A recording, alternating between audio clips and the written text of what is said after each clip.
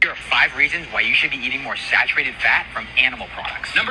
So I'm not even going to argue whether or not saturated fat is or is not healthy, because it's actually a very emotionally driven subject and there isn't a clear answer as to whether or not it is health improving or health deteriorating. With that being said, I did think that discussing some of the points that this individual made in this video would be extremely educational, so let's talk about them.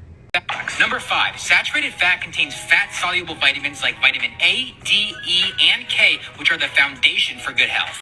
It is true that foods that are higher in saturated fat typically contain more of the fat-soluble vitamins. But this isn't just saturated fat. The fat-soluble B vitamins can be found in foods that are extremely low in fat, and also in foods that are low in saturated fats and high in things like polyunsaturated fats and monounsaturated fats. These include things like avocados, olive oil, eggs, and fish. So the presence of fat-soluble vitamins isn't specific just to saturated fats. Number 4, saturated fat is amazing for your brain health. 60% of your brain is made up of fat, and there's something called omega-3 fats, which I'm sure you've heard of by now, which are great for memory, focus, and concentration. So this individual mentions that saturated fats are important for your brain health. But he then goes on to mention that omega-3s, which are polyunsaturated fats, are extremely important for memory. So he is correct that 60% of our brain is made up of fat. But what we know is that the fats that appear to have the most benefit on cognitive health are going to be the polyunsaturated omega-3 fatty acids, typically found in high abundance in things like eggs and fish. About 35% of our brain consists of the omega-3 polyunsaturated fats.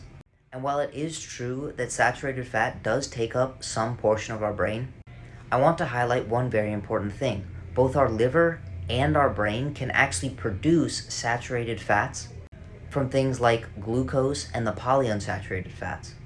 However, we do not have the ability to produce what are called essential fats, and these are omega-3 and omega-6 fats. Which is why if you've ever heard of an essential fatty acid, they're speaking about these polyunsaturated fats. Because we have all of the ability in the world to produce all of the saturated fats that we need. And the brain is extremely picky about what actually goes in and out of the brain and produces most of the components of the brain, including the cholesterol and many of the saturated fats.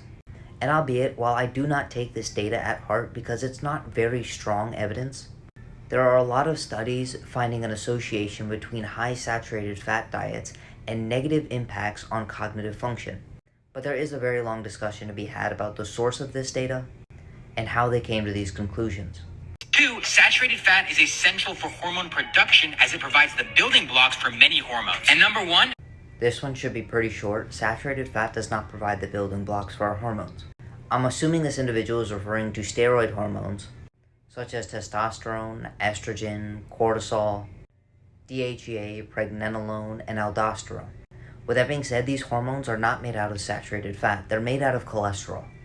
And what's even more fascinating is every cell in our body has the ability to produce its own cholesterol, which doesn't have too much merit to the conversation around saturated fat, but I think it's an extremely interesting point to touch on. With that being said, these are the only points I really wanted to talk about. But if you're ready to take control of your health and energy and avoid a lot of the misinformation online, send me a DM to sign up for coaching.